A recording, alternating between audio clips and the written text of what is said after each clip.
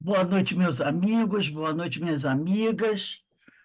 Nós estamos aqui na Sociedade de Estudos Espíritas Francisco de Assis. Hoje, dia 18 de setembro de 2024.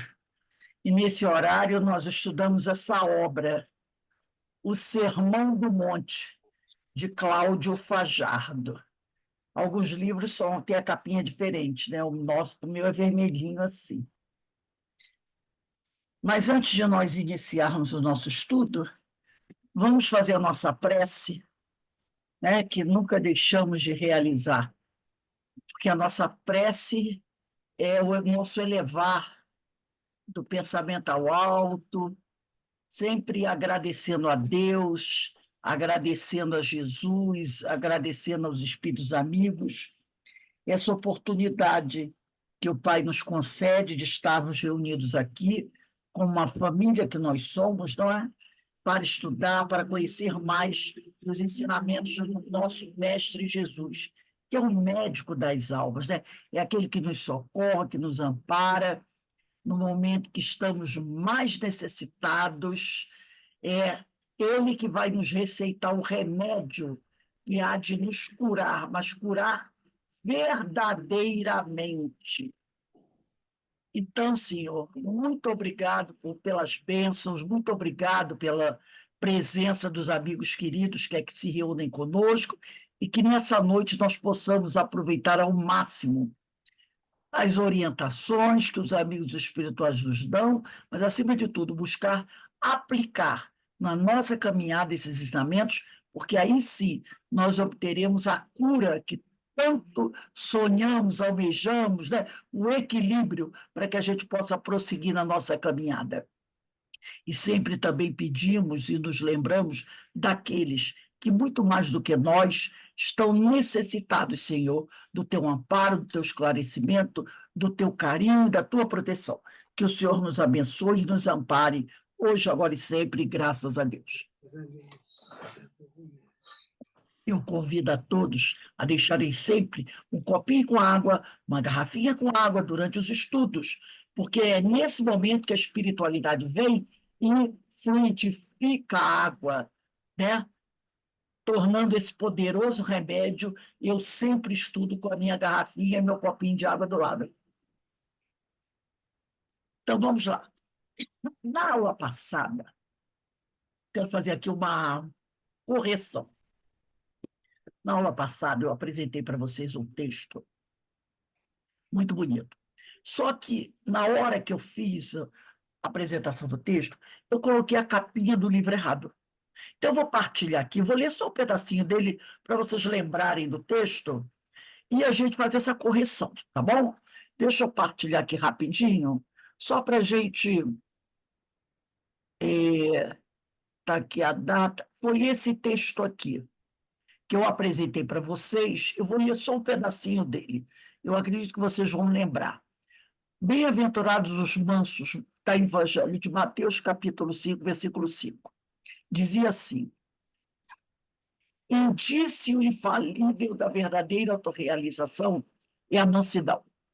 O homem, indício infalível da verdadeira autorrealização é a mansidão, né? Em que consiste a mansidão? Consiste na desistência de qualquer violência, tanto física como mental, e sua substituição pela força do espírito, tá? Todos os seres que não atingiram a consciência espiritual recorrem à violência para conseguirem os seus fins. Os irracionais só conhecem violência material. O homem, depois de intelectualizado, descobriu outro tipo de violência muito mais eficiente, que é a violência mental. Violência essa que tem muitos nomes entre os homens. Uns lhes chamam astúcia, outros sagacidade, outros ainda política, diplomacia, exploração, etc.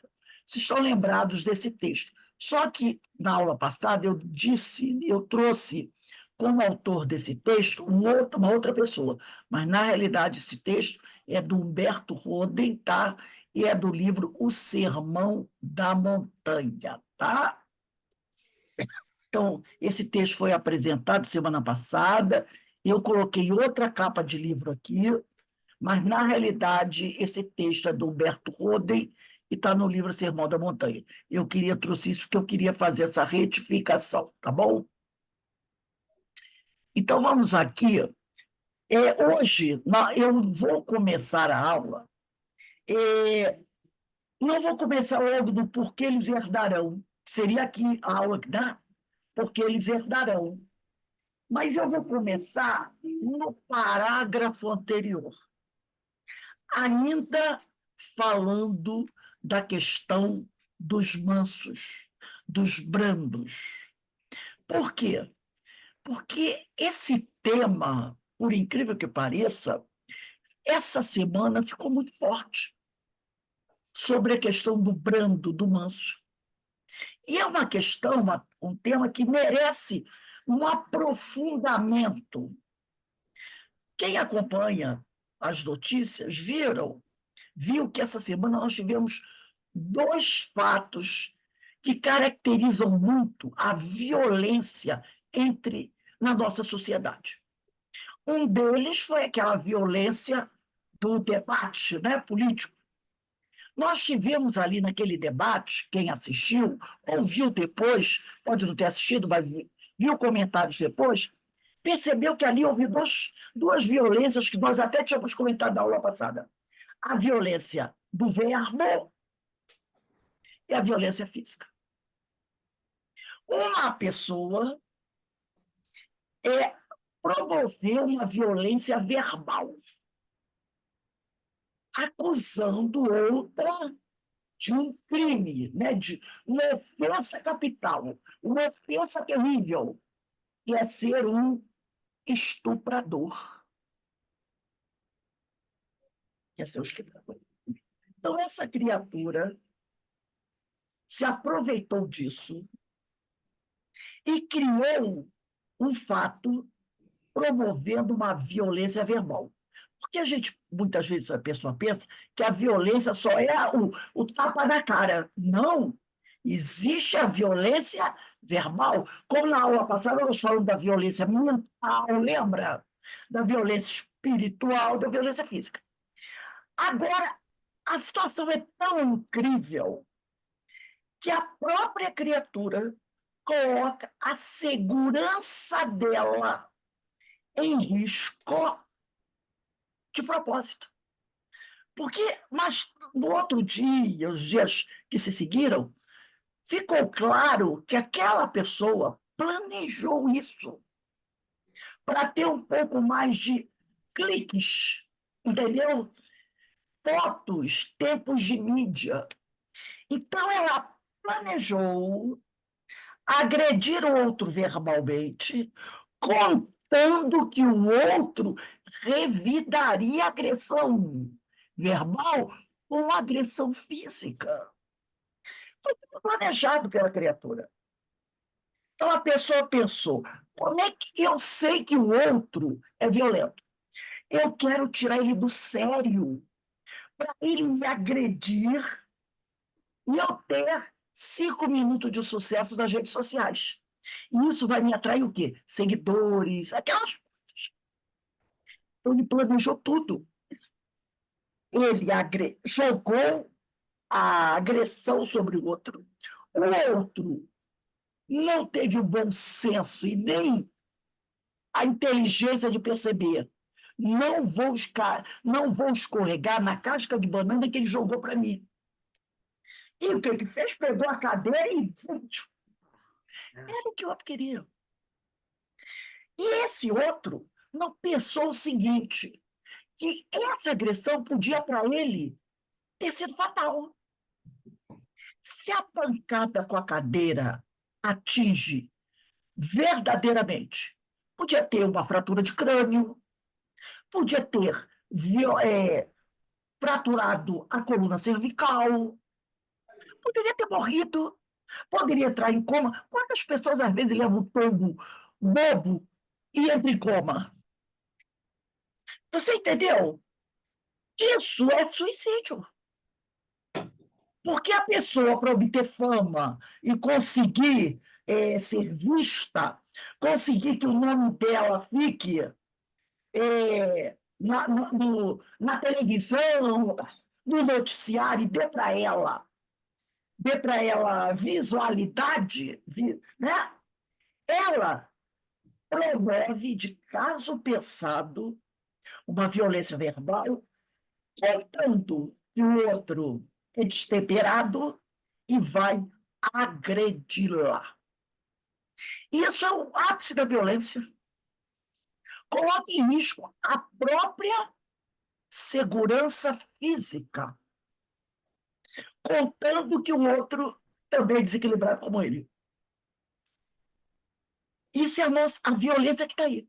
A outra violência que tivemos foi ontem. Todo mundo lembra do BIP, não lembra? Que antigamente a gente usava o BIPzinho, né? Hoje no Brasil nem se usa isso. Eu tive um. Era muito usado pelos médicos, professores, o BIP. Então, devido à guerra que se trava lá no Oriente Médio, sabendo que um certo país, que também é um país muito propenso à violência, usa esse BIP. Israel mandou, e tem poder e dinheiro para isso, colocar, instalar um dispositivo explosivo, tipo TNT, alguma coisa assim, nas baterias daqueles BIPs. Que deve, logicamente, alguma grande empresa, porque Irã compra esse BIP. Eles compram esse BIP, porque o BIP não é facilmente rastreável como o celular. Não é. Né? E lá eles ainda usam esses BIPs.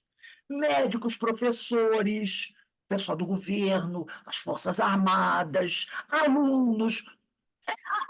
O povo lá usa o tal do BIP, né? Que a gente usou muito. Hoje no Brasil não se usa mais. A gente usou muito. E mandou, né, sabendo que eles iam, alguma encomenda que eles iam receber desses BIPs, sabe, conseguiu armar um esquema de adulterar os BIPs botando explosivo. E ontem, de repente, todos os BIPs explodiram. Explodiram. Inclusive, tem uma cena de um senhor no supermercado comprando frutas. Eu não sei se vocês viram. Ele está comprando frutas e na frente dele tem uma senhora com uma criança. Quando ele está botando a fruta na sacola, o bip dele explodiu. Ele caiu no chão. A criança estava na frente dele, do outro lado da banca. Eu fiquei pensando, se essa criança está do lado dele. Então, reparem, a explosão não foi só para atingir aqueles que eles consideram inimigos. Foi para explodir tudo. Muitas pessoas morreram, muitas ficaram feridas. Algumas pessoas que carregavam o pipe na cintura, a explosão foi tão violenta que amputou a perna da pessoa. Outros usavam pipe no braço, como se fosse um relógio, amputou o braço da pessoa. E foram milhares de pessoas no Irã e na Síria também, que o BIP também tinha BIP na Síria, pessoas usando BIP. Muitos médicos usavam o BIP na cintura, o BIP explodiu. Fez aquela desgraceira, né? Que loucura. Um ato de extrema violência. Agora, percebam, o líder do Hezbollah, que dizem que o objetivo era atingir o Hezbollah, mas a população usa o BIP, prometeu amanhã uma resposta. Imagina a resposta: Yeah. violência. Você entendeu? É violência. Porque o ato de fazer os bipes explodirem é um ato de alta violência. Porque não foi um grupo político só que usava. Toda a população, grande parte da população usa o BIP. Então, professores, médicos, alunos, donas de casa, funcionários, militares, até o embaixador do Irã lá na Síria também ele usava o bip e o bip dele explodiu. Imagina a resposta do Hezbollah e do Hamas. Imagina. Uau! Será que eles serão compadecidos? A resposta será o quê? Mais violência. E nós, sabe, ainda vivemos mergulhado nisso. Quando uma pessoa, parente de alguém, sofre uma violência na rua, é atropelado, é morto, com esses confrontos com a polícia, né? Morre alguém. Quem da família vai para a televisão, pega o microfone do jornalista, o que é que ela diz? Queremos justiça. Justiça que ela está pedindo é contrapartida, porque nós ainda vivemos mergulhados nessa violência. E o que Jesus falou para Pedro? Pedro, embainha a tua espada, porque quem vive pela violência morre pela violência. Entendeu? Não é violência. E nós vivemos num mundo de provas e expiações onde a violência está aí, está na cara da gente, a todo momento. Então, esse fato do Brasil, que você viu um ato extremamente violento, faltou bom senso e equilíbrio aos dois, e lá em Israel. Entre Israel e esses países que esse povo vive pela violência há séculos, séculos e séculos. Sabe? Se alimentam disso. As gerações já são alimentadas com violência desde que saem do berço. E é uma coisa que você diz assim, como parar isso? É complicado. É muito complicado. Por isso eu quis voltar a último parágrafo que nós lemos na semana passada, onde diz assim, o Cláudio Fajardo, que é o autor do livro Sermão do Monte, concluindo, podemos dizer que o manso reconhece os reais valores da vida e trabalha para conquistá-los. Conhecedor da imortalidade da alma e da eternidade do processo evolutivo, não se apavora, não tem pressa, mas também não perde tempo, porque sabe que o futuro está intimamente ligado ao presente. E se o hoje é momento de colhermos o que plantamos, é também hora da nova semeadura. E a que verdadeiramente liberta é a calcada nos ensinamentos daquele que é o manso por excelência e humilde de coração. Lembra da cena quando os soldados do templo, soldados judeus do templo, escoltados pelos soldados romanos, vão buscar Jesus lá no monte. Jesus, um homem que tinha plena consciência da sua inocência. Alguém viu ele gritar, espernear, dizer: eu sou inocente? Não, não.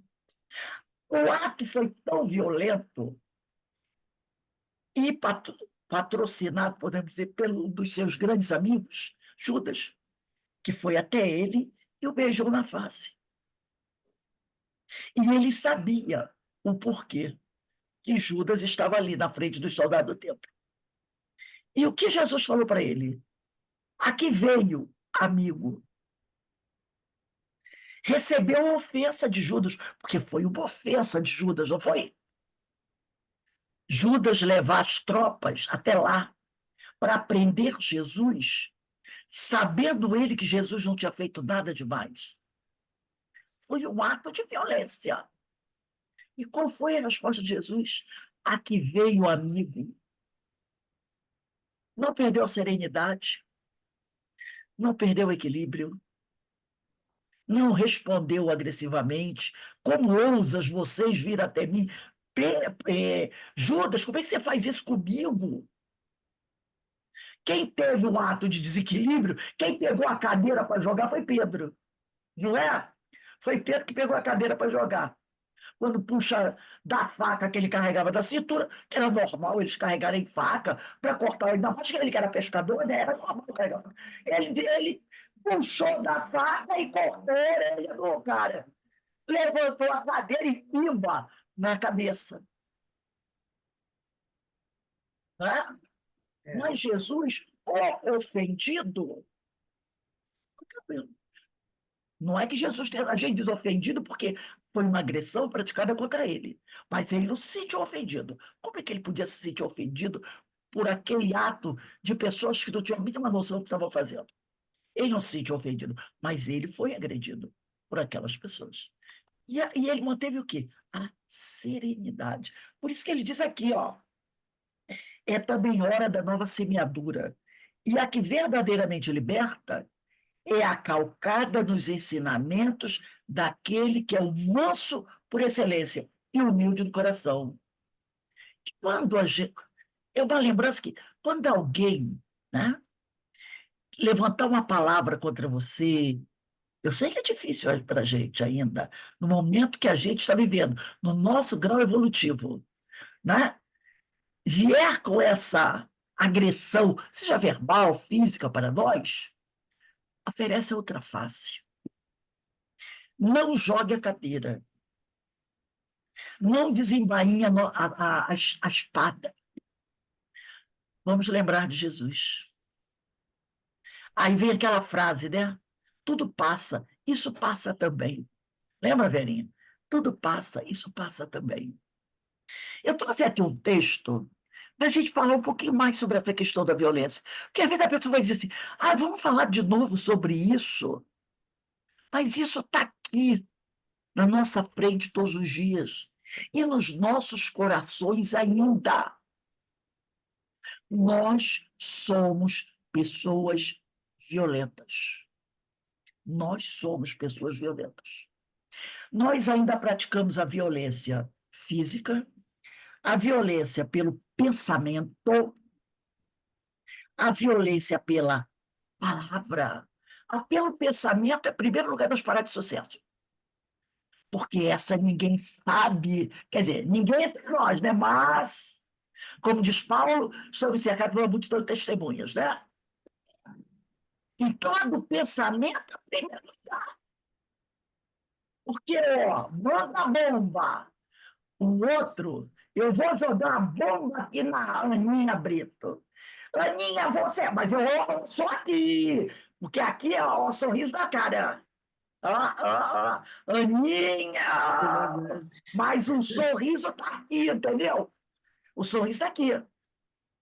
Quantas vezes fazemos essa violência? Depois a gente diz assim, ai meu Deus, perdoa, não devia ter feito isso, mas já fez, já mandou a bomba, já mandou. Nós precisamos falar disso. Tem um companheiro aqui que eu não estou identificando, o telefone dele é P1FN8C. Eu já sei que a minha Brita é Rose, já aprendi. Quando eu vejo Rose, outro dia, tá, meu Deus, quem é essa Rose? Aí eu falei, depois, agora eu sei que é a Ana. Mas tem uma pessoa, o Samsung é a Joana, que ainda não aprendeu a botar o retrato, mas vai aprender. Márcia, mas tem um aqui, P1FN8C, que eu não sei quem é. Tem Denise, tem 4 pessoas aqui. Eu acho, Ô, Rose, que é a Rose, Alcineia. é ela que não, o microfone dela não Cineia. funciona. Cineia, irmã da Denise. Tá. É. Então, a gente tem que falar disso para a gente aprender a deixar de ser violento. Porque nós somos ainda muito, muito violentos. Até com Deus a gente é violento. Quando a coisa não dá certo, que eles falam, ai meu Deus, como é que você faz isso comigo, meu Deus? O senhor dá asas a quem não sabe voar, e essa frase é fantástica, né? Eu não preciso, eu não merecia isso. É uma forma de rebeldia, agressão contra Deus, contra Jesus. Rose, Oi, posso falar uma coisa? pode, querida, pode. Uma coisa está me incomodando, porque foi um ato meu que eu não deveria ter feito. Eu fui ao médico na Taquara e eu tô com muita dificuldade de andar, aquelas coisas todas, né? Não conseguia pegar Uber, aí atravessei, fui lá para a porta aquela loja que vende um monte de bagulho ali, amigão. Aí tô eu lá em pé com aquela bengala, com a cuidadora, e calor, e nada de conseguir Uber. Aí veio um garoto vendendo bala. Aí, meu filho, eu não quero bala, eu não posso comer bala. Aí o garoto foi. Ah, mas a senhora não quer comprar uma balinha? Meu filho, eu não posso comprar bala, porque eu não posso comer bala. Aí teve uma coisa, menino, eu não falei que eu não quero bala. O garoto regalou o olho. Aí depois eu digo, meu Deus, como é que eu gritei com o garoto? Aí eu tô doida pra voltar na Taquara pra comprar uma bala do garoto. Pois aí, filha, a gente, né, Nesse dia eu não parei de pensar nesse negócio. essas coisas. E é justamente quando a gente fala sobre isso que a gente despercebe e diz: nossa, olha aqui o que eu fiz. Não posso fazer mais isso. Então, se a gente não falar sobre essas coisas, vai passar. E a gente não pode deixar passar. A gente precisa falar. Então, como eu falei, né, eu vou compartilhar a tela aqui com o texto, que eu achei muito bonito esse texto, para a gente falar um pouco mais sobre isso, sobre essa questão da violência que ainda está em nós, tá? Então, deixa eu compartilhar aqui. Esse é desse livro, esse livro é lindo, gente. Eu acho que vocês estão vendo, não estão? Só diz aí para mim se está todo mundo vendo. O livro é As Bem-aventuranças e Outras. Dá para ver. Está dando para ver? Ótimo, né? Então, o livro. Bem, Lógico, eu vou pedir para você desligar o teu microfone, tá? Tá. Então, é assim, ó, livro As Bem-aventuranças e Outras Belezas Espirituais. O autor é André Luiz Peixinho. No capítulo 3, ele vai falar sobre os brandos, que são os mansos, né? Então, ele diz assim: após a consolação, lembra, bem-aventurados que choram?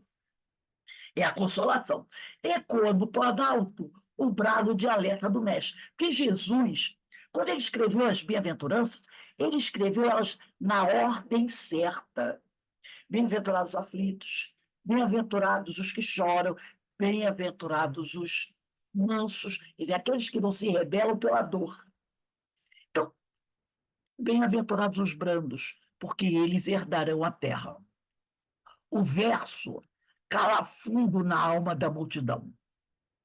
Quase todos são coniventes com a cólera que estruge, vibra de uma palavra ou de um gesto. Né? Acabamos de falar sobre isso. Quase todos nós somos coniventes com a cólera que vibra de uma palavra ou de gesto. Mal escondem nas máscaras afiveladas, que as máscaras que a gente põe no rosto, né? Para atender convenções sociais, as emoções adversas, os desejos quase insopitáveis, incontrolável de expressar rancores. Porque, muitas vezes, né, você se vê contrariado num momento e você faz o quê? Como diz o povo por aí, entuba, né? Você guarda aquela raiva dentro de você. Você não pode expressar. Porque se você expressar sua raiva, o que que vão dizer de você? Então a gente bota o quê? As máscaras, que é o coração está amargurado de revolta por aquilo que fizeram contra você. Você está doido para dar o troco, mas não pode. Então você bota o sorriso na boca, nos lábios, aquele sorriso falso, para disfarçar o que vai dentro do nosso coração, né? Às vezes a coisa está tão brava que a gente mal consegue esconder nas máscaras afiveladas para atender convenções sociais, as emoções adversas, os desejos quase insultáveis de expressar rancores. Quando falta o argumento nas tertúlias, quer dizer, nas conversas, nos debates, nas palestras que travamos uns com os outros, que mais se assemelham à guerra de palavras que a diálogos, a voz se alteia em gritos estentóricos, ou os corpos se atracam em pugilatos. Quer dizer, as pessoas começam a discutir. Olha aí, período de política, né? As pessoas começam a discutir, falar. Aí a conversa vai aumentando, o tom da voz vai aumentando. Daqui a pouco é cadeirada para todo lado. As pessoas até entram nos palavrões, né? Um acusa o outro, seu ladrão, seu corrupto, seu isso, seu aquilo. E aquilo vai crescendo, vai crescendo. E pode chegar até às vias de fato. Quer dizer, quando falta o argumento, quando falta o equilíbrio, parte-se para a violência. A ira, que é raiva, né, é a expressão da agressividade do contendor, do rival. Tentativa de fazer valer seus. Deixa eu só puxar para lá um pouquinho. Tentativa de fazer valer seus argumentos. Vai para lá. Pá. Eu acho que eu vou ter que diminuir aqui um pouquinho, só um instantinho, gente. Tentativa de fazer valer seus pontos de vista erigidos, elevados à condição de verdade universal. Então, a pessoa quer, de qualquer maneira, que o outro aceite a ideia dela. E ele fica fazendo de tudo, e entra no lance da gritaria, da agressão verbal, para tentar fazer com que a sua verdade, né, que o outro aceite a sua verdade como a verdade universal. E assim tornada a norma geral de comportamento ou de pensamento. Porque tem pessoas que são assim. Não, ele tem que aceitar o que eu estou falando. Ele tem que entender que a minha opinião é a opinião certa. Entendeu? Eu não aceito que ele não me compreenda, que ele não faça aquilo que eu quero. Então, a ira é a expressão da agressividade do rival, tentativa de fazer valer seus pontos de vistas elevados à condição de verdade universal e assim tornada norma geral de comportamento ou de pensamento. Tem que aceitar o que eu quero, tem que fazer o que eu quero. Se não fizer, se não aceitar, eu me encho de ira. No íntimo, o colérico teme pela segurança de sua crença e desconfia da força de sua sabedoria. Por isso que ele é colérico. Não, ele tem que aceitar o que eu estou falando. Na verdade, a criatura tem medo. E se o outro não aceitar a opinião dele vai se desvanecer, vai perder força.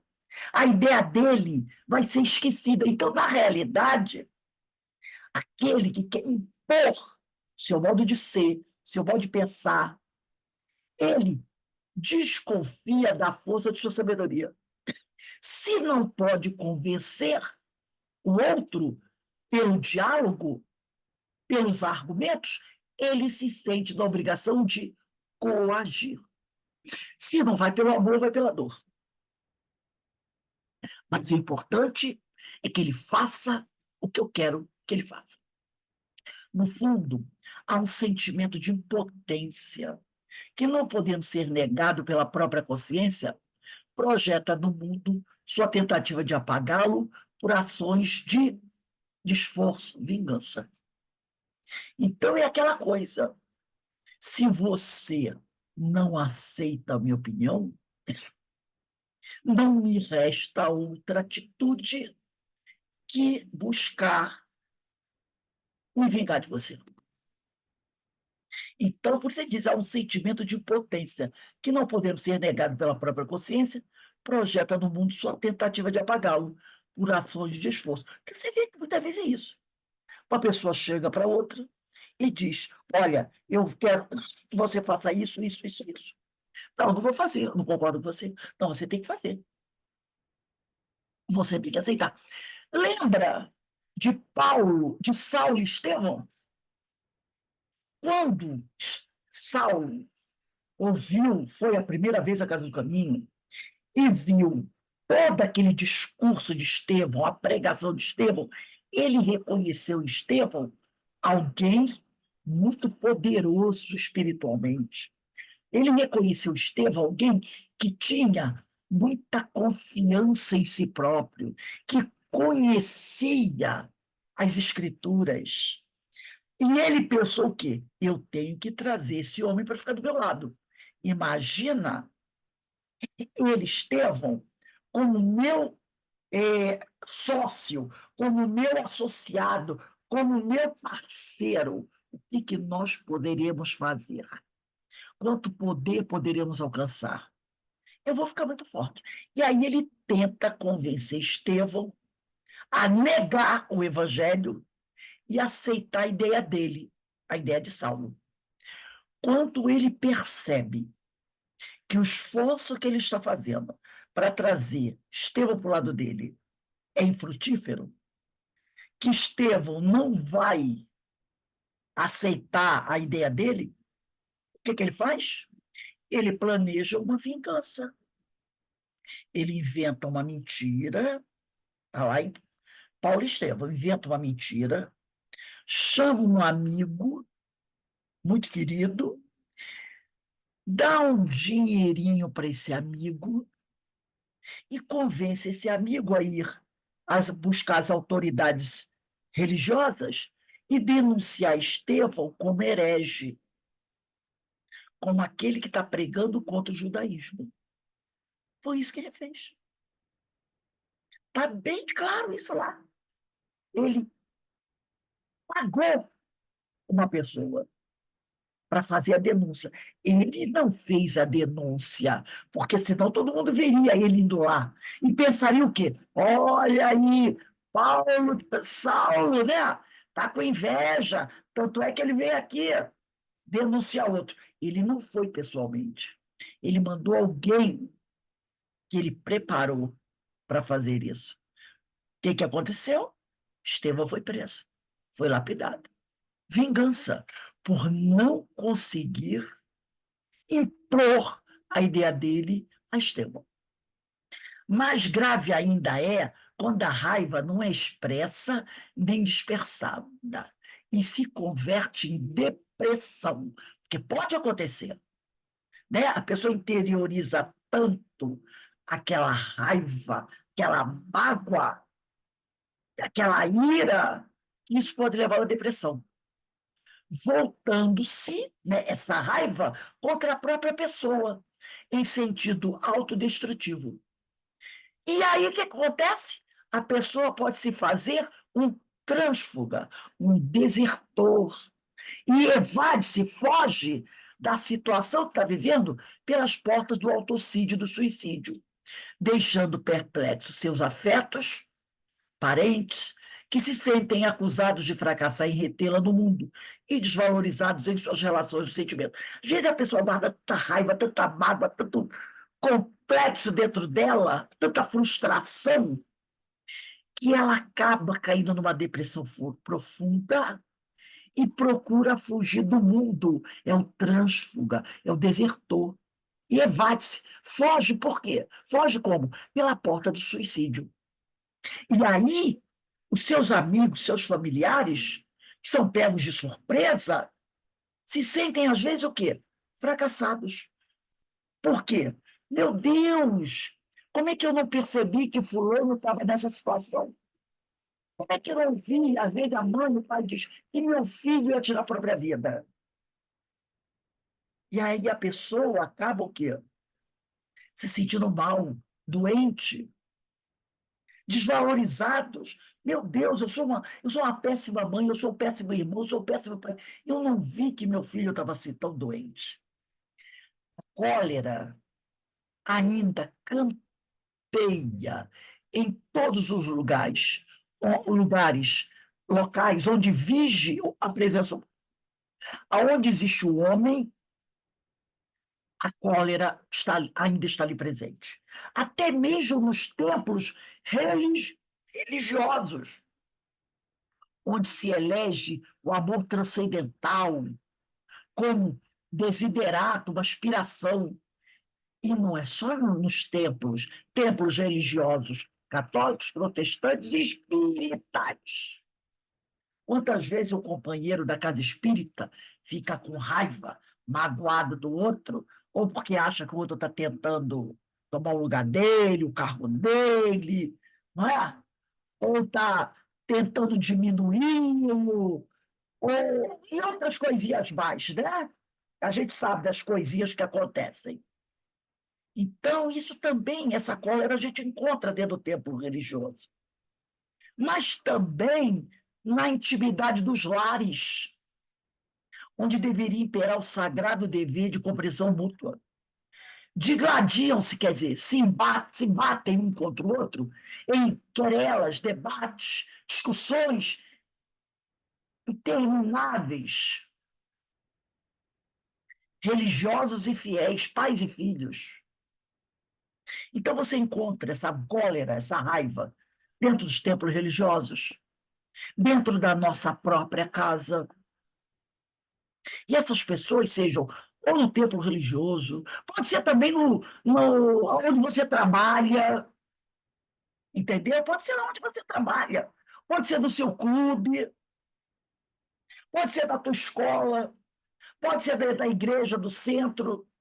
Então, digladiam-se em debates intermináveis religiosos e fiéis, pais e filhos, cônjuges, agregados, imitando-se mutuamente, transgredindo os mais elementares preceitos de aceitação e negando qualquer valor à ternura, à amizade.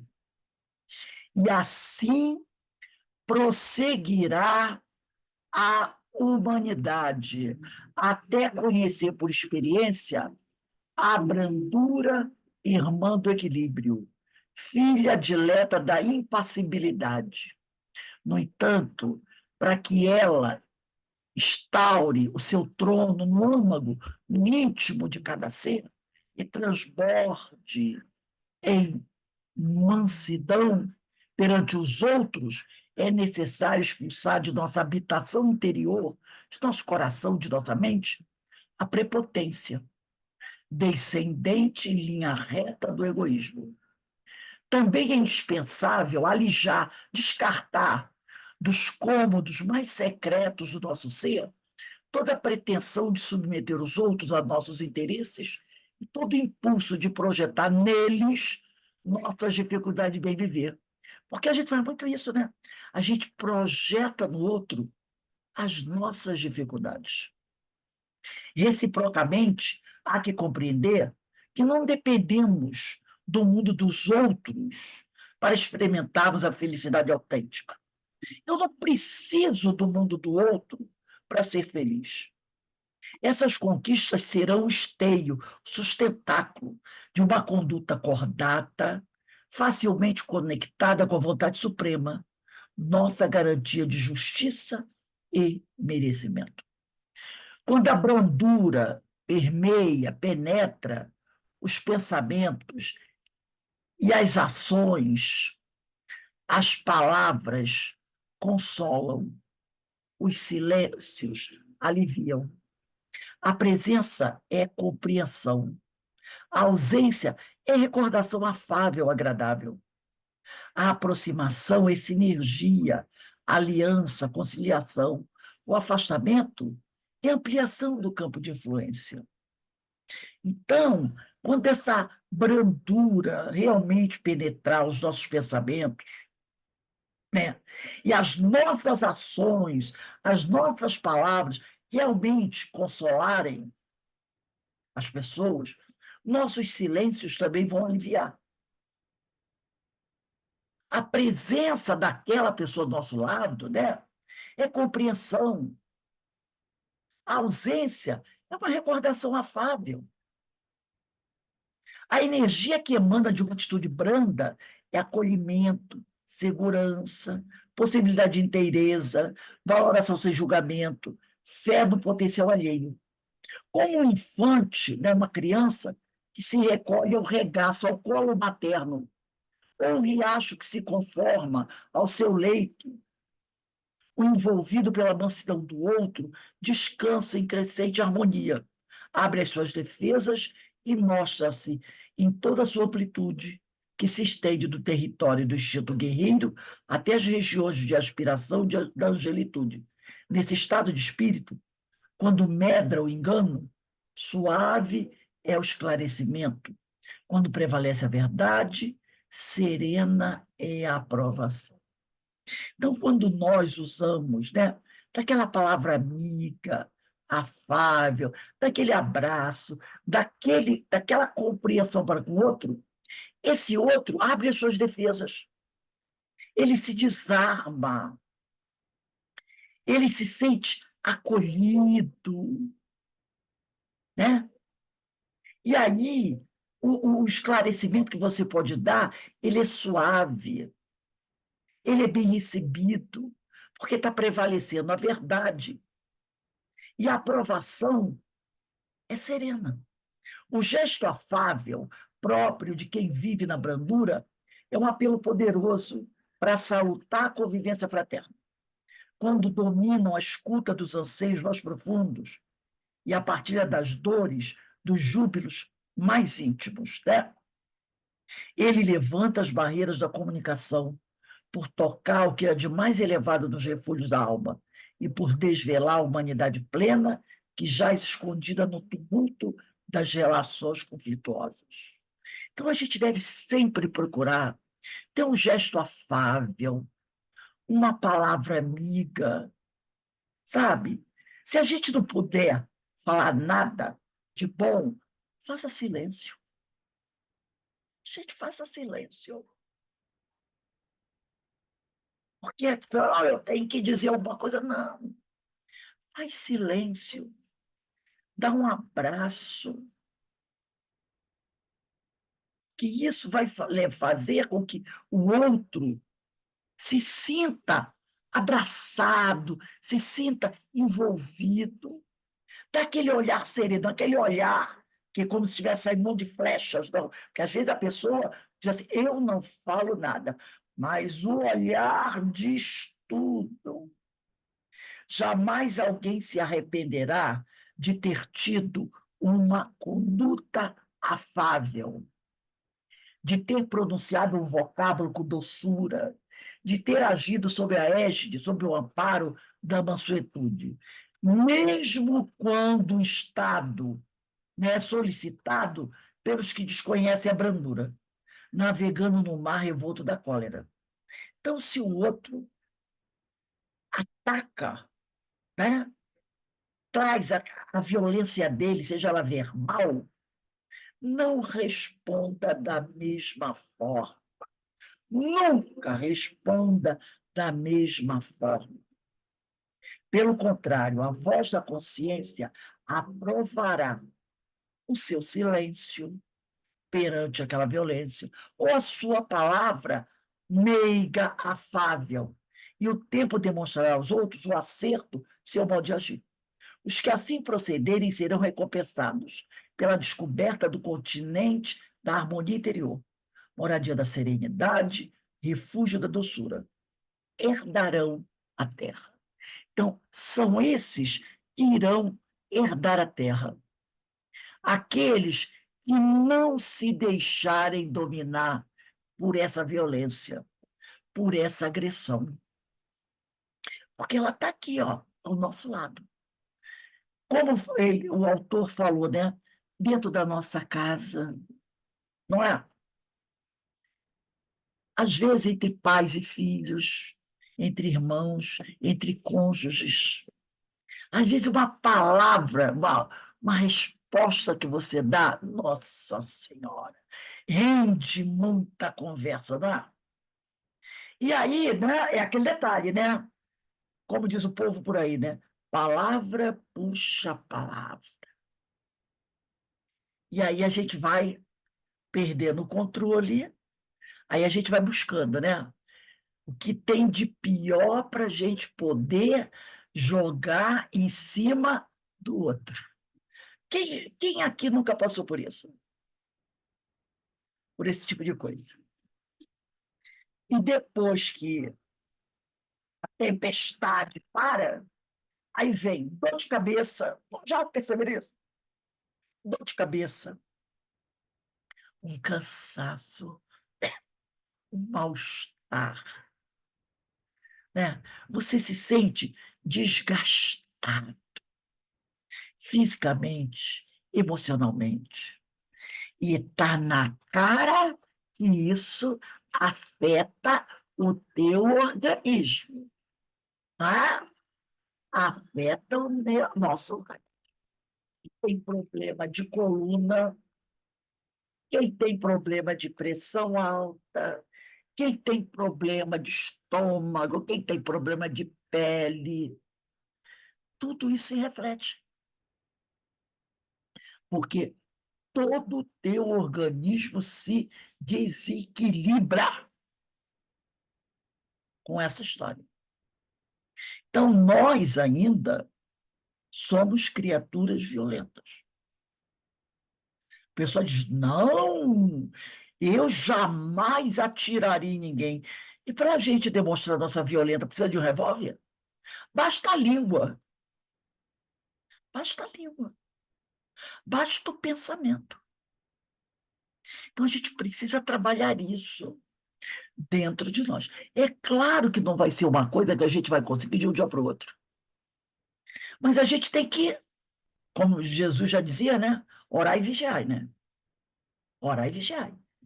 Porque às vezes você sente a coisa chegando e você aí dá aquela coisinha da cabeça, né, ou da garganta. Aí eu não posso deixar isso passar, né? Você já sabe que não deve falar, mas você não se aguenta. Você não se aguenta. Vai me ofender? Como é que vai falar isso de mim? Você sabe, é aquela coisa que a gente tem que ter a noção. Eu sei que isso não é verdade. Então, se eu sei que não é verdade, por que que eu tenho que me irritar com aquilo que eu sei que não é verdade? Por causa da nossa vaidade. É o autoconhecimento, né, Rosa? Exatamente. Mas a minha vaidade não me permite deixar aquilo passar. Às vezes são duas pessoas dentro de um cômodo, num cômodo. Não tem mais plateia nenhuma. Não tem mais plateia. Não tem mais ninguém ouvindo. Aí o outro vai e te diz uma besteira, que você sabe que não é verdade. Pelo menos nesse momento, o que o bom senso diria para o vaidoso? Não tem plateia, vou deixar para lá. Eu sei que não é verdade, mas nem assim a gente quer deixar para lá. Não tem plateia, mas eu não posso, eu não aguento. E aí você escorrega na casca de banana que o outro jogou para você,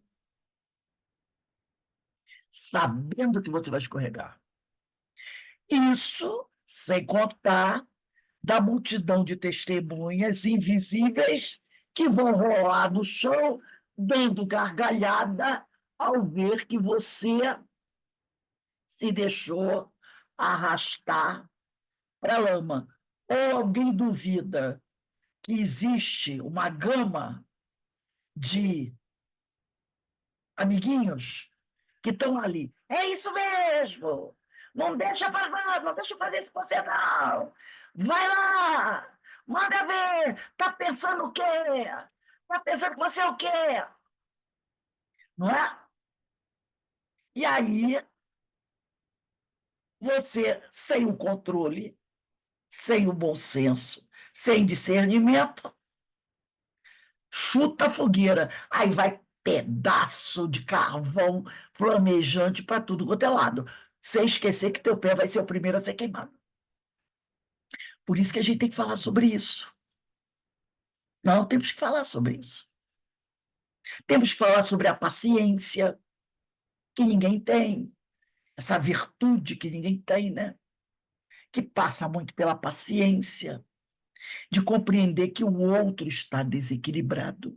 Por isso que está falando isso com você, está fazendo assim com você.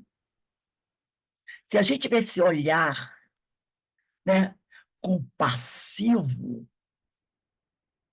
imagina quando Jesus olhava para a gente e via, né? A gente, tipo, lembra daquela frase, o pessoal que chegava para Jesus, Senhor, ele falou isso, aquilo de mim. Senhor, isso, aquilo, outro. Aquelas fofoquinhas que os discípulos, né, ficavam entre si. Senhor, o senhor vai deixar Judas com a bolsinha de dinheiro? Olha lá, Judas, né? Todas aquelas insinuações. Lembra? Tudo isso, aquelas fofoquinhas, aquelas brigas que eles iam andando pela rua e metendo um malho na vida dos outros, aí de repente Jesus viu um cachorro morto, e eles, quando viram o cachorro, olha só, fedão, eles já estavam em intriga ali. E depois, quando começaram a sentir o cheiro do cachorro, aí Jesus, com aquela calma e tranquilidade, olhou, mas já viu que dentes bonitos ele tinha. Então, quantas vezes Jesus olhava assim, né? E o que ele não pensava? O quanto nós ainda éramos ignorantes. Já pensou se ele fosse esquentar a cabeça com tudo aquilo que ele vivenciava ali? Com aquelas pessoas que o caluniavam depois de receberem o bem dele, lembra? Porque quando ele foi crucificado, no domingo de Ramos, que é chamado de domingo de Ramos, todo mundo aplaudiu a entrada dele em Jerusalém, não foi? Oh, mestre! Na sexta-feira estava todo mundo dizendo Barrabás, Barrabás, crucificado. O mesmo que aplaudiu estava pedindo para a morte dele. E o que ele fez antes de morrer? Pai, perdoa-os, porque eles não sabem o que fazem. Então a gente tem que procurar. Eu sei que é difícil para a gente ainda. É difícil, eu me coloco aí nessa situação. Mas a gente tem que começar a trabalhar esse tipo de coisa. Aí a gente lembra de quê? Chico, a água. Enche a boca de água. Na hora que sentir que o circo está começando a pegar fogo, enche a boca de água para a gente não responder. Se você responder, vai ter que espirrar água, né? Então, o Chico dizia assim: quando a situação ficar difícil e você perceber que, ou do ponto de vista espiritual, ou do outro, está fazendo alguma coisa para tirar você do sério, né? A situação está se tornando conflituosa, enche a boca de água para que você não responda. Porque às vezes você responde uma palavra, você diz uma palavra, e o outro pode interpretar errado o que você falou, ou então até entender que você não está querendo dizer aquilo, mas pode manipular o que você falou para criar uma situação difícil. Então a gente tem que se usar de inteligência, bom senso, para não se deixar levar mais por esse turbilhão. Porque no mundo que a gente vive, gente, isso ainda vai acontecer durante muito tempo. Ainda vai. Não vai ser de hoje para amanhã que vai se instalar mansuetude no mundo. Não vai ser, porque a natureza não dá saltos. A natureza não dá saltos. Nós precisamos trabalhar isso dentro de nós. A não violência. Nós ainda somos pessoas altamente violentas. E não interprete isso como aquele que vai pegar a cadeira e joga na cabeça do outro. Não.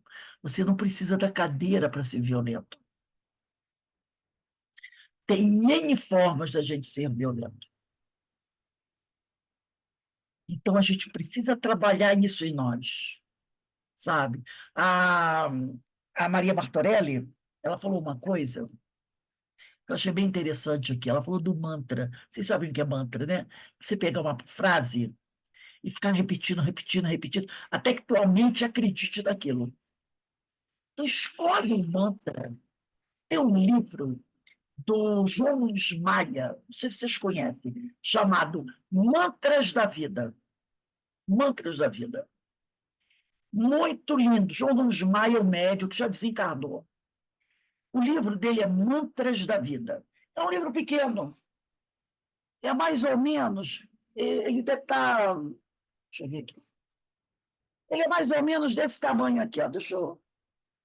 É mais ou menos desse tamanho assim, ó. É mais ou menos. É pequeno. Aqui, ó. É mais ou menos desse tamanho. Esse aqui é o João Luiz Maia. O nome desse livro é maravilhoso. Cura-te a ti mesmo, de João Luiz Maia, pelo Espírito Miramês. Isso aqui é o livro da leitura de domingo. O nome aqui, ó, domingo. É o Cura-te a ti mesmo, João Luiz Maia. Essa é a fotografia dele, grande amigo do Chico, já desencarnou. Ele tem um livrinho, Mantras da Vida. Tem um mantra que é muito bonito, que diz assim: as riquezas de Deus fluem para mim como a água das chuvas caindo dos céus. Esse mantra, se você todo dia, né, repetir durante 10, fica 10 minutos sentado ali, ó. As riquezas de Deus fluem para mim como a água das chuvas caindo dos céus.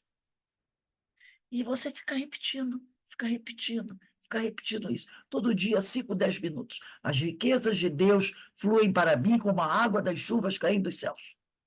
E tem várias frases que você pode dizer. Várias frases que você pode dizer. Você pode criar uma frase e ficar repetindo isso para você, até que você passe a acreditar naquilo e coloque aquilo em ação. Então, a gente tem que usar N recursos para trabalhar essa violência dentro de nós. Vamos voltar aqui para o livro, né? Ele vai dizer aqui agora, por que eles herdarão? Porque esses mansos herdarão. O verbo herdar nos sugere importante reflexão, quando analisado à luz do Evangelho. É nato em nós, por causa do acentuado grau de comodismo que possuímos, a necessidade de recebermos favores que erroneamente qualificamos de gratuitos, mas que, quando acontecem, é obra da lei maior, da vida em sua manifestação de justiça e misericórdia, né? Então, nós precisamos refletir sobre esse verbo herdar. Porque no mundo material, no mundo que a gente vive, quando a gente pensa assim, herdar, e eu vou herdar alguma coisa, né? Fulano vai deixar alguma coisa para mim. Então, parece o quê? Que você não precisa fazer esforço para herdar alguma coisa. Então, a gente já tem isso na nossa cabeça. Quando a gente escuta a palavra herdar, a gente pensa assim: vou receber alguma coisa que não precisei fazer esforço para receber. Então, a gente cria essa imagem, né? Então, ele diz aqui: quando você herda alguma coisa verdadeiramente, na realidade, aquilo não é gratuito. É porque Deus acreditou, Deus sabe, Deus entende que você merece aquilo. Não. Se você está recebendo isso, é porque você merece isso. Não é por comodismo. Não é porque caiu do céu, que nada cai do céu, né? A não ser granizo. Então, nada cai do céu. Se você recebeu alguma coisa, é porque você teve merecimento. E muitas vezes esse favorecimento nós chamamos herança. E por sua causa lutamos, por vezes, complicando nossa existência, tornando-a ainda mais penosa e de difícil solução no encaminhamento dos séculos. Então, a gente tem que compreender o seguinte: eu vou receber aquilo que eu mereço. Eu não preciso complicar a minha vida para querer obter alguma coisa. Porque às vezes as pessoas complicam a vida para desejar receber alguma coisa. Ah, eu tenho direito. Gente, que coisa mais triste do que briga de herança numa família? Quando um familiar morre e deixa alguma coisa. Olha, você vê coisas que até Deus duvida, como o povo diz por aí. Não é? É litígio entre irmãos, coisas absurdas.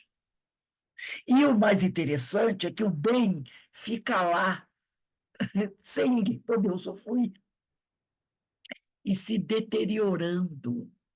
Quem já não viu isso? Às vezes é uma casa, né? É um imóvel, porque aí a justiça o que faz o quê? E bota a mão. Aí um diz, eu mereço tudo. Vamos repartir. Não, repartir não. É tudo meu. O outro diz, eu mereço tudo. Não vou repartir. Aí fica aquele cabo de guerra. Aquele cabo de guerra. E o bem que está em disputa vai se deteriorando. E quando um mete a mão nas coisas dos outros, sem nenhum respeito, porque acha que tem direito àquilo. Alguém já viveu isso na família? Não é horrível? É horrível. Aí você diz assim, meu Deus, nunca imaginei que fulaninho fizesse isso. Fulaninho ria para mim o tempo todo, vivia lá em casa. Na hora de fechar a tampa do caixão de alguém, o inferno se fez. Porque a criatura acha que ela tem o direito de possuir aquilo. E tudo é válido para ela conseguir. Ela não para pensar o seguinte: se eu tiver merecimento, isso virá para mim. Virá para mim. Eu não preciso me rebaixar, fazer aquelas coisas horrorosas que a gente vê o pessoal fazendo, quando não chega às vias de fato, né? De um matar o outro. Porque alguém duvida que alguém não saiba uma história dessa? De um tirar a vida do outro para poder ficar com a herança? Então a gente também tem que pensar isso. Se eu for merecedora, eu vou receber. Se eu não recebi, ou porque eu não fui merecedora, ou porque Deus achou que eu não preciso daquilo. Ou que, ao contrário, que aquilo vai mais me prejudicar do que me beneficiar. Mas a dificuldade da gente de pensar assim. E a dificuldade da gente de pensar assim, né? Porque a gente quer. Então, são coisas também que a gente tem que refletir. Quando ele diz, porque eles herdarão. O que você vai herdar? E semana que vem a gente vai falar sobre isso. É meu. O que é meu? O que é da minha posse? Será que alguma coisa é meu realmente? Então a gente tem. São coisas, né, que o Evangelho traz para a gente refletir. Por que você vai brigar por uma herança, por uma casa, por algo que o outro deixou? Por que será que você não está recebendo aquilo? Parar para refletir sobre isso. Será que realmente isso vai me fazer bem? Será que isso é o melhor para mim? Será que isso não vai me trazer mais desassossego? Fora as brigas na justiça, os inventários da vida, né? Ou coisa difícil, complicada. Aí você, muitas vezes, nessa hora, você vê o pior das pessoas ou você mostra o seu pior. E aí fica uma tristeza, né? E às vezes a briga é por um espaço 2x2, 4x4. Mas a gente vai até o final, porque é minha herança. É minha herança. Alguém, por favor, a gente tem uns minutinhos aí, vamos comentar um pouquinho isso daí? Ou alguém nunca passou por essas questões?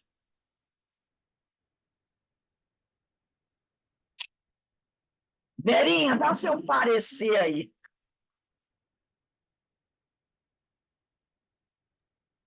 Olha, minha filha, hoje a aula foi toda para mim. Muitas reflexões, né? Muitas reflexões sobre essa mansidão, sobre o adoecer, porque quando você não explode, você implode, né? E ontem eu literalmente implodi. Eu adoeci porque eu fiz alguma coisa que ainda não estava na hora de fazer. Eu não me respeitei, entendeu? Porque assim, aquela palestra da Maria foi uma palestra assim muito, para mim foi de uma profundidade muito grande. Eu precisava realmente ouvir aquela palestra aquelas reflexões da Maria Martorelli. E pensando que eu já estava pronta, né? Fui lá e fiz. Só que depois eu me senti tão mal, tão mal, tão mal, que eu não dormi, meu organismo inteiro se desarmonizou, porque, sabe assim, quando o pessoal fala assim, Vera, mas você estuda tanto, você tem que ir lá, dar o primeiro passo, faz a sua parte. Eu fui lá e fiz, dei o primeiro passo, fiz a minha parte. Só que eu não fiquei, eu fiquei feliz porque eu fui, só que lá no meu íntimo não era isso que eu queria, né? Então a gente tem que ser manso, a gente pode ser manso. A conclusão que eu cheguei, que a nossa mansuetude também pode de não levantar a cadeira, não dar cadeirada. Pode até pensar em dar cadeirada, mas não dá. Entendeu? Já é um passo. Não é? Quando você engole, quando você bebe a água do Chico, já está a caminho, você não precisa formalizar a ação, mas você querer que aquilo mude, você vibrar a favor daquilo, acho que já é legal. Porque a natureza não dá saltos, né, gente? Pois é, a natureza não dá saltos, e agora à tarde, que eu melhorei um pouquinho. O que eu comi hoje foram 2 batatinhas e a metade de um ovo e não consegui comer tudo. Metade de um ovo cozido. Eu fiquei muito mal, muito mal. Então, acho que é aquela história. A gente precisa também se respeitar, porque sabe que a gente vai chegar lá, entendeu? Não precisa ser no tempo do outro, porque é muito fácil a gente resolver a vida do outro. A gente tem sempre uma solução, né? É. Se eu fosse você, eu fazia assim. Se eu fosse você, eu fazia assado. Mas, né? O outro é que sabe o tempo e eu me deixei levar pela, pelo que, né? Vai lá, faz e não deu certo. Mas eu continuo vibrando, continuo querendo, continuo na caminhada. Mas a gente tem que entender, porque, como nós falamos hoje, né? A natureza não dá saltos. Você não pode querer fazer tudo de uma vez. Vai Tá? devagar. E Começa assim, com os pensamentos. como você mesmo falou, né? Eu não sei, alguém falou no curso aí que essa é a nossa melhor versão, né? Hoje, essa Vera aqui, que está Vera, é a minha melhor versão. E eu tenho certeza que eu estou buscando melhorar mais ainda, mas tem que ser no meu tempo. Exatamente. A gente vai respeitando a gente faz o que Agostinho falou na questão 919A do Livro dos Espíritos, toda noite, antes de dormir, faz a sua reflexão do que você fez que achou legal, do que você fez que não achou legal, vai se conhecendo e vai paulatinamente, dentro das suas limitações, dentro do seu tempo, promovendo a mudança, entendeu? Mas não adianta botar a carroça da frente dos bois. Vai dentro do seu. O importante é não ficar parado. Então você começa. Se você ainda não pode chegar lá e abrir seu coração, faz a tua prece. Olha o amor aos inimigos. Não foi isso que Jesus ensinou? Faz a tua prece por aquele companheiro, por aquela companheira. Ora por ele, pede a Deus que ajude. E você já está. Porque antes você queria matar. Agora, você já está rezando por ele. Amanhã, você vai dar um abraço. Porque, como nós vimos no texto, não adianta você dar um abraço com a máscara, Verdade. com um sorriso nos lábios, mas o coração não está ali naquelas. Não está naquele abraço. Então, vai caminhando devagar, mas vai caminhando. Vai fazendo as coisas, né? Eu não dá ainda para abraçar, mas eu posso orar pela pessoa. E assim a gente vai. A gente vai se conhecendo, vai se domando, vai se corrigindo, Isso. né?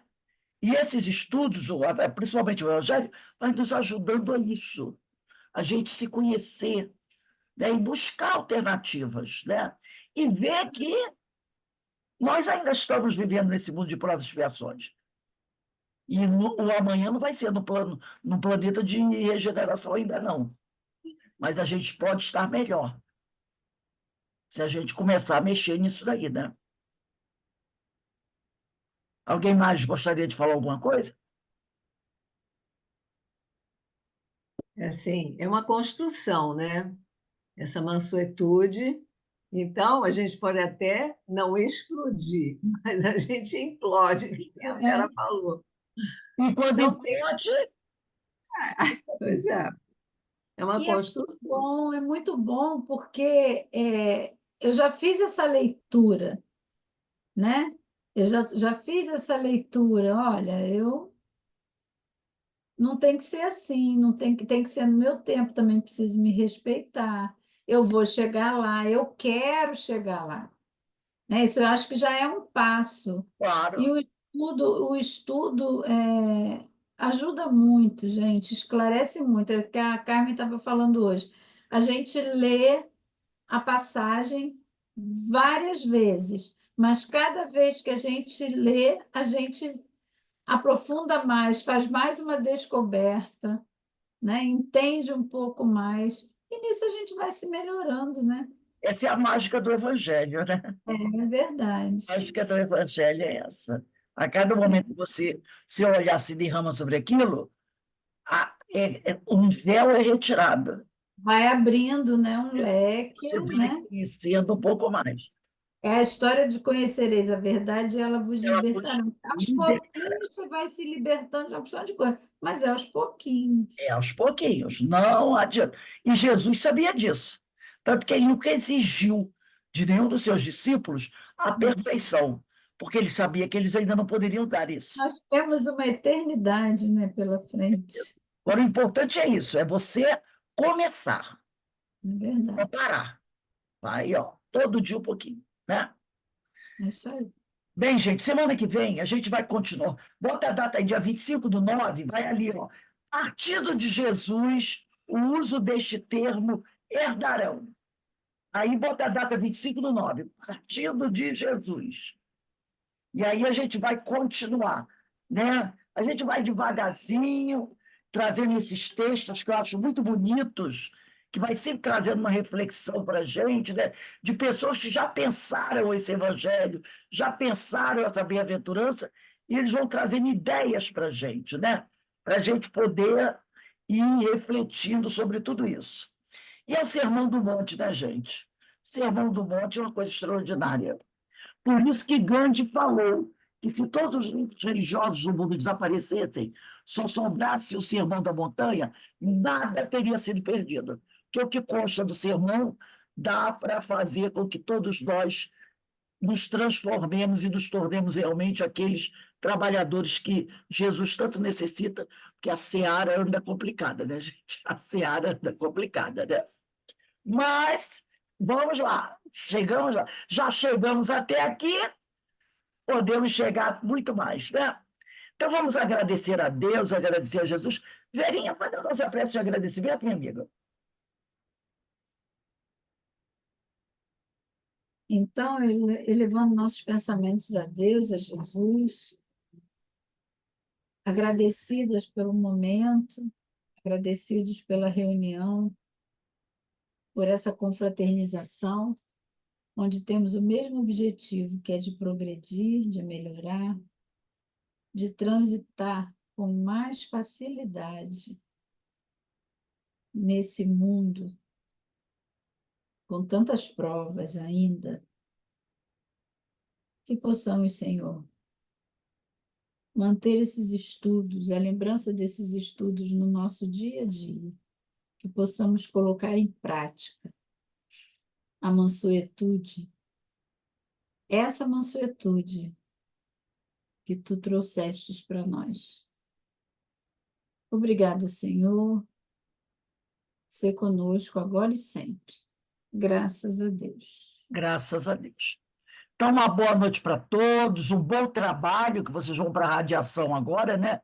Que Boa Jesus noite, gente. nos fortaleça. Amanhã, quinta-feira, estamos de volta às 16 horas no nosso trabalho, né, de aprendizado e crescimento. Ó, um beijo para todos. Aninha, Boa noite a todos, durmam com Deus. Márcia, Joana, Denise, Verinha, Alberto, Carmen e quem mais estiver por aí. Acho que Jorge Guimarães já está por aí.